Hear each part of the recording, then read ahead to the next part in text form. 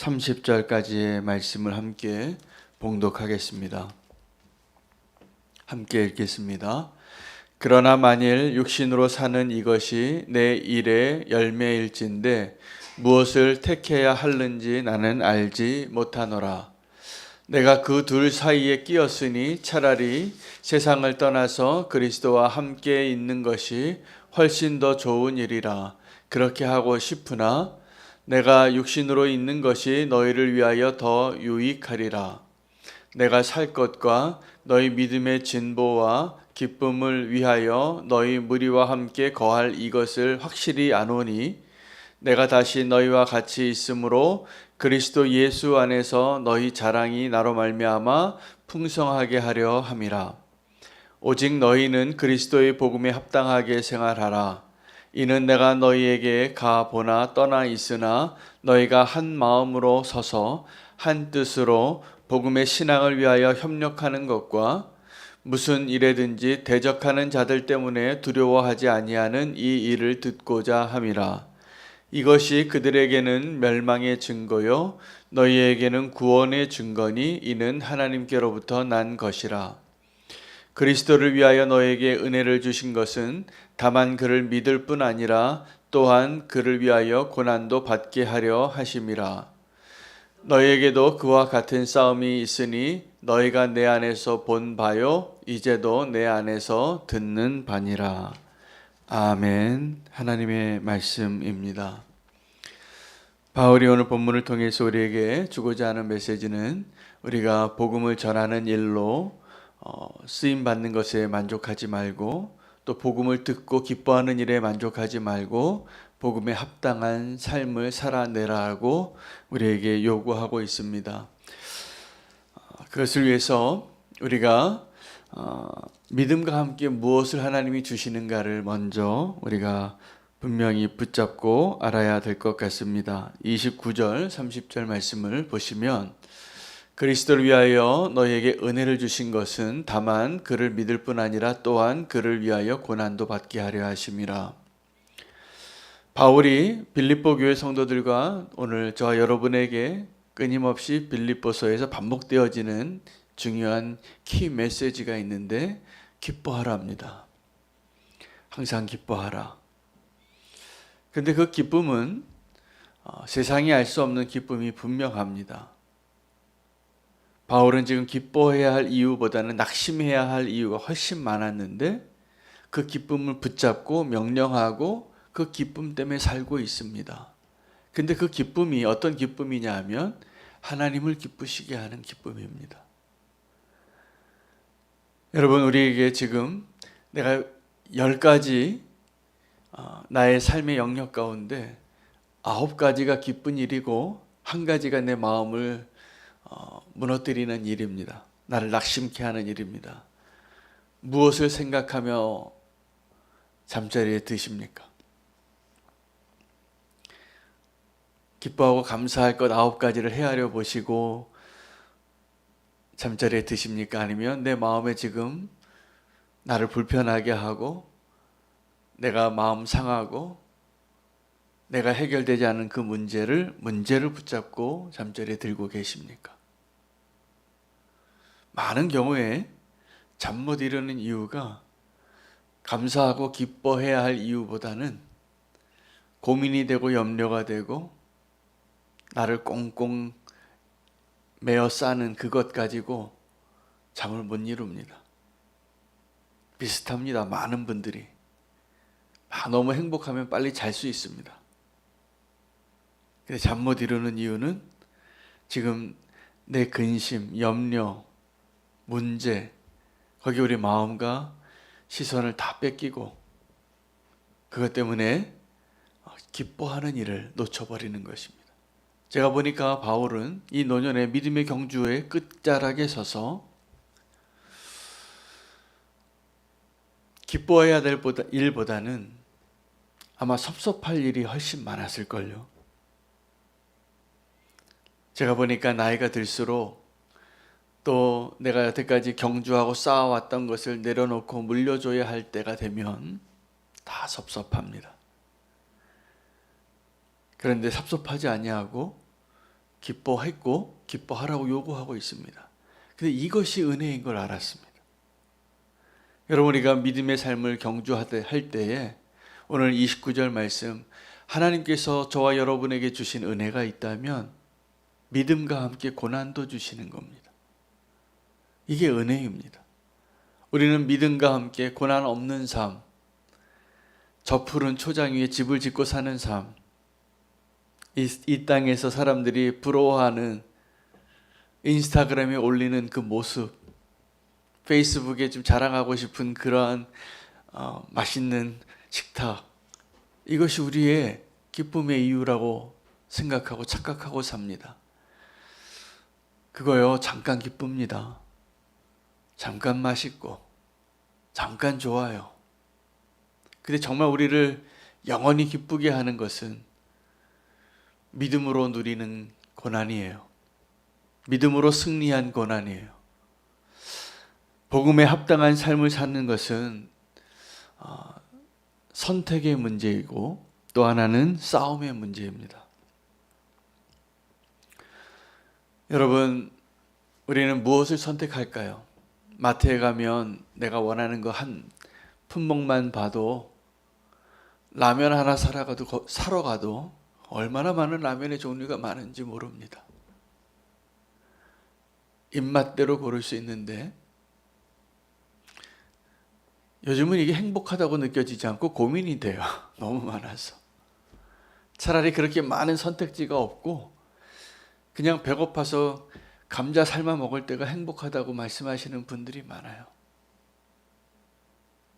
우리는 이렇게 선택지가 많아서 무엇을 선택해야 할지.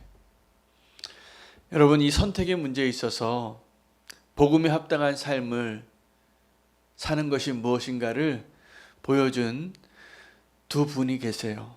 한 분은 아브라함이라는 분이시고 또 한 분은 예수님이라는 분이세요. 우리가 무엇을 선택하고 살아야 할지. 아브라함이 하나님의 그 믿음의 여정을 가면서 첫 번째 그 믿음은 아주 작은 믿음이었지만 믿음으로 순종하고 따라 나섰기 때문에 하나님께서 그 믿음을 축복하고 귀하게 여기셨습니다.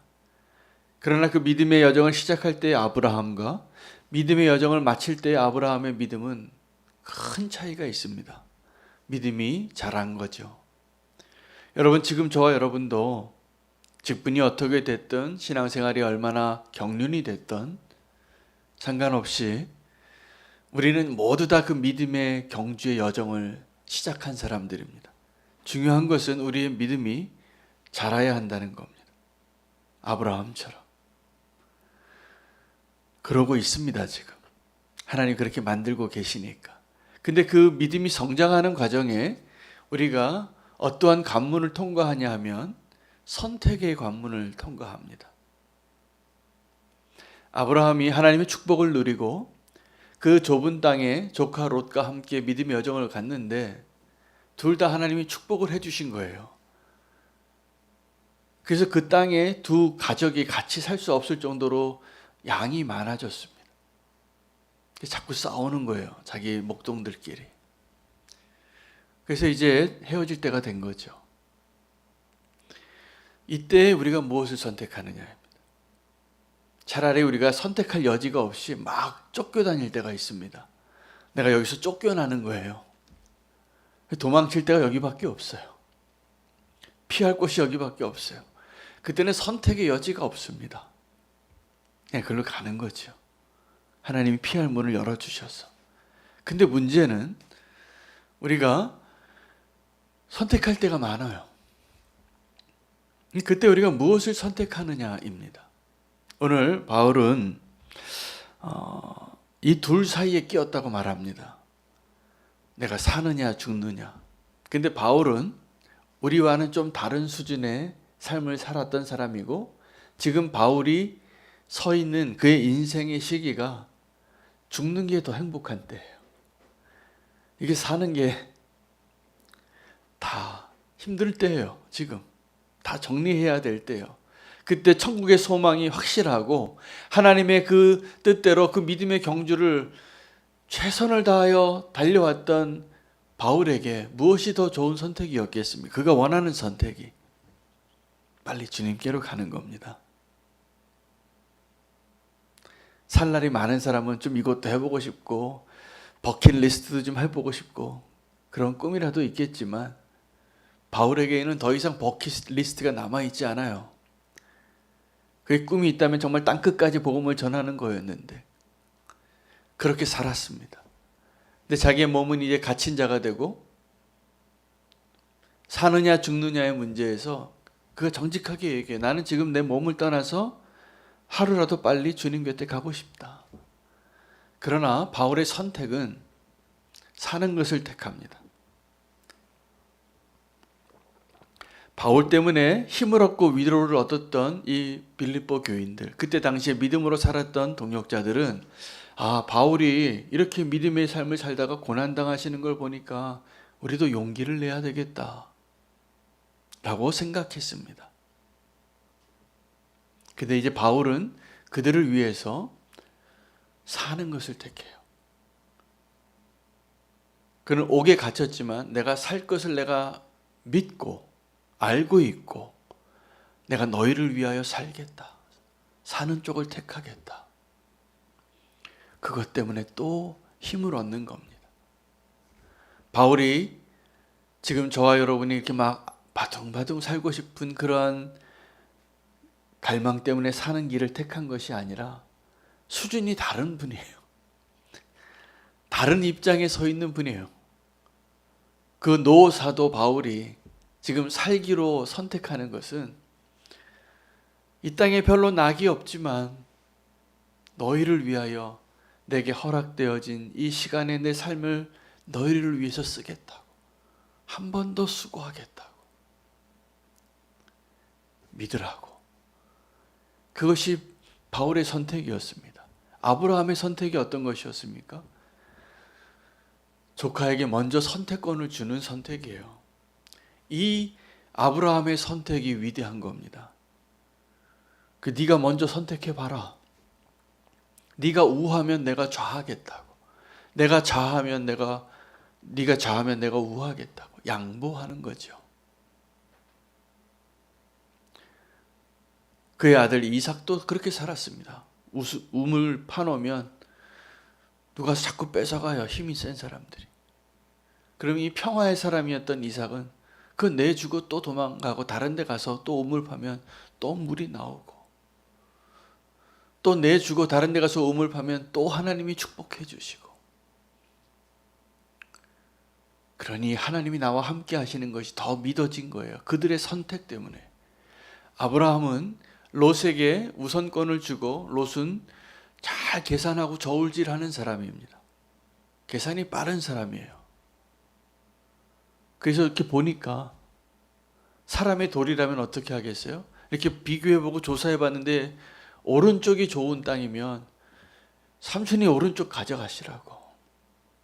내가 조카니까 왼쪽 가겠다고. 근데 이런 조카가 없어요. 이런 자식이 없어요. 늘 좋은 거 먼저 갖겠다고 합니다. 아직 어리니까. 근데 아브라함이 그렇게 다 양보하고 좋은 땅 내주고 광야의 길로 갔을 때 하나님이 진짜 축복해 주시는 거예요. 네가 밟는 땅을 다 주겠다고. 고개를 들어서 동서남북을 다 바라보라고. 예수님도 동일한 선택을 하셨잖아요. 십자가로 가기 전에 아버지의 뜻과 나의 뜻 가운데 정말 여러분 지금도 나의 뜻대로 마옵시고 아버지 뜻대로 하옵소서로 살고 계십니까? 아니면 내 뜻대로 살고 주님 한 번만 더 기회를 달라고 살고 계십니까? 여기에 우리의 믿음이 필요하더라고요.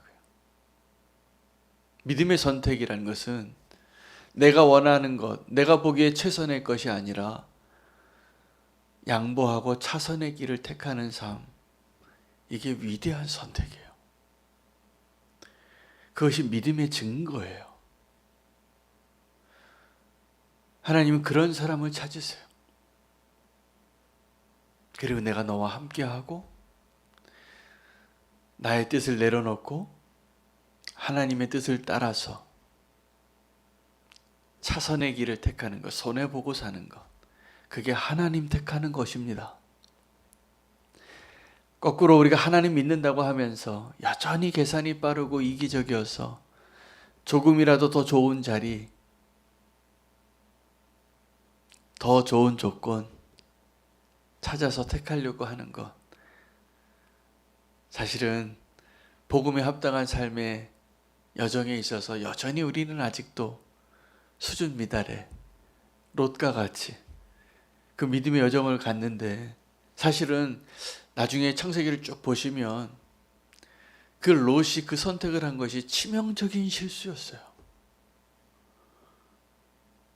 그냥 내 거 다 가져가시고 아브라함을 따라갔어야 돼요.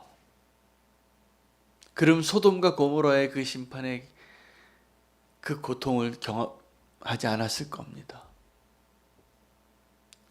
근데 이 아브라함의 선택과 롯의 선택을 통해서 하나님 우리에게 다 펼쳐 보여주시는 메시지가 있잖아요. 내가 좋아하는 것, 내가 원하는 대로 따라가다가 우리가 가는 곳이 소돔과 고모라예요. 거기서 고통당하는 의인의 삶을 사는 거예요. 그래도 아브라함이 중보해서 저 조카 롯을 위해서 하나님, 의인을 함께 멸망시킬 수 있냐고 그렇게 간구해서 겨우 건져낸 거예요. 그 소알 땅에서 다시 삶을 시작하는, 그리고 그의 후손이 또 비극의 축복을 받지만 너무나 안타까운 삶을 살아가는 것이죠. 여러분, 우리가 하나님의 뜻을 따라서 나의 뜻대로 마옵시고 아버지 뜻대로 하옵소서, 이 믿음 달라고 우리가 기도해야 합니다. 이게 복음에 합당한 삶을 사는 시작이에요. 그리고 복음에 합당한 삶을 산다는 것은 오늘 바울이 30절에 고백한 것처럼 내 안에 이 싸움이 있다는 겁니다. 무엇을 선택해야 하는지. 지금도 내 안에 있고, 그리고 내 안에 있는 것을 너희가 보았고, 그리고 승리하는 모습을 너희가 보았고, 지금 너희도 그 싸움을 싸우고 있다고. 너희도 지금 고난 가운데 있다고. 너희도 지금 그 믿음의 삶을 살아내야 하는 동일한 상황 가운데 있다고. 그러니 기뻐하라는 것입니다. 여러분, 우리는 그러한 상황이 되면 위로해야 된다고 생각하지만 얼마나 힘드시냐고, 얼마나 고생이 많으시냐고. 가장 큰 위로는 우리 함께 기뻐합시다. 믿음의 삶을 살아서 주님 보시는 그날까지 우리가 동일한 선택을 하고 예수님처럼, 아브라함처럼, 바울처럼 동일한 선택을 함께 살자고, 함께 하자고 서로 격려할 수 있는 자 되기를 원합니다. 그 싸움에서 지지 마시기를 바랍니다. 우리가 성도에게 있어서 피해야 할 싸움이 있고 피하지 말아야 할 싸움이 있잖아요. 피해야 할 싸움은 혈과 육의 싸움이에요.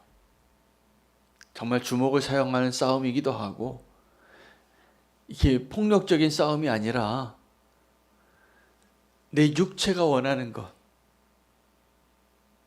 내 옛 자아가 원하는 것, 그가 이기게 하면 안 됩니다. 그를 이겨야 돼요. 그래서 성도에게 있어서 가장 치열한 싸움은 내 자신과의 싸움이에요. 내 안에 있는 하나님의 사람과 내 안에 있는 옛사람과의 싸움이에요. 그 싸움이 생각보다 치열합니다. 여러분, 우리의 믿음의 모습은, 복음에 합당한 삶의 모습은 그 싸움의 승패에 달려 있어요. 그 싸움에 이기면 믿음의 선택하는 겁니다. 그 싸움에서 지면 믿음이 있는 척하고 살다가 결국은 내게 유익한 것, 나를 위한 것, 나의 뜻 선택하게 돼 있잖아요. 그 싸움에 이기면 내 안에 선한 일을 시작하신 그 하나님의 뜻대로 끝까지 동행하는 삶을 포기하지 않게 될 것입니다. 더 중요한 것은 하나님이 우리를 도우세요. 그 싸움에서 이기도록. 지금 우리 안에 거하시잖아요. 우리가 외면하고 싶은 그 양심의 소리를 다시 들려주시잖아요. 그리고 우리와 함께 하시잖아요. 우리 안에 내주하시는 성령님께서 우리를 책망하시기도 하고 우리를 위로하시기도 하고 우리를 도우시는 분이에요. 우리가 그 선택하라고, 그 싸움에서 이기라고. 원수는 지금도, 사실은 그 원수는 우리 문 밖에 그 길목에서 웅크리고 우리를 넘어뜨리려고 기다리고 있는데, 자칫 우리가 그 마음의 문을 열고 그를 우리에게 들어오도록 허락하면 참혹한 결과가 나옵니다. 우리의 삶이. 여러분 가끔 그런 경험 해보셨을 겁니다. 우리가 문을 열어주거든요. 원수에게. 원수가 내 생각에 들어와서 활개치도록 내어버려 두면 큰일 납니다. 그 작은 틈도 허락하지 마시기 바랍니다. 치열하게 싸우셔야 돼요. 그 작은 틈이 우리를 위태롭게 하는 거죠. 다윗의 몰락을 우리가 알잖아요. 잠깐 눈이 멈췄어요. 목욕하는 여자에게. 그리고 그 다윗이 무너지는 건 순식간이에요.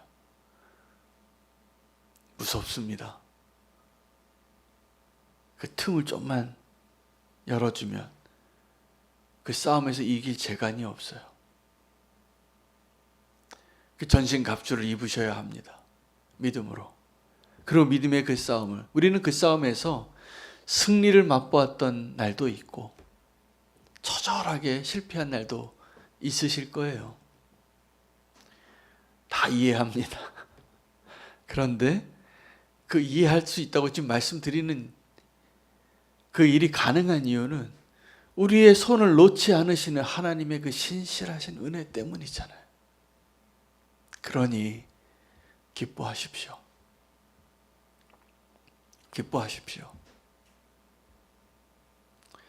우리의 그 싸움에서 믿음의 선택을 하고 믿음의 승리를 하게 될 때 그것이 구원받을 자에게는 구원의 증거고 원수들에게는 멸망의 증거가 되는 겁니다. 오늘 하나님께서 복음에 합당한 삶을 살도록 우리를 가르쳐 주셨는데 동일한 선택과 동일한 싸움에서 믿음을 사용하시기를 축복합니다. 그래서 기뻐하십시오. 기뻐하고 믿음으로 오늘 하루를 주님과 함께 동행하고 승리하는 복음에 합당한 삶을 누리는 저 여러분 되시기를 축복합니다. 나는 연약하지만 나를 도우시는 하나님 때문에, 성령님 때문에 우리가 넉넉히 그 싸움에서 이길 수 있음을 믿으셔야 합니다. 오늘 말씀 붙잡고 그 믿음 달라고 복음에 합당한 삶을 살게 해달라고 함께 기도하겠습니다. 오늘 말씀과 함께 오늘 이정수 간사님을 위해서 기도하겠습니다. CCC에서 사역하고 계시고 청년들의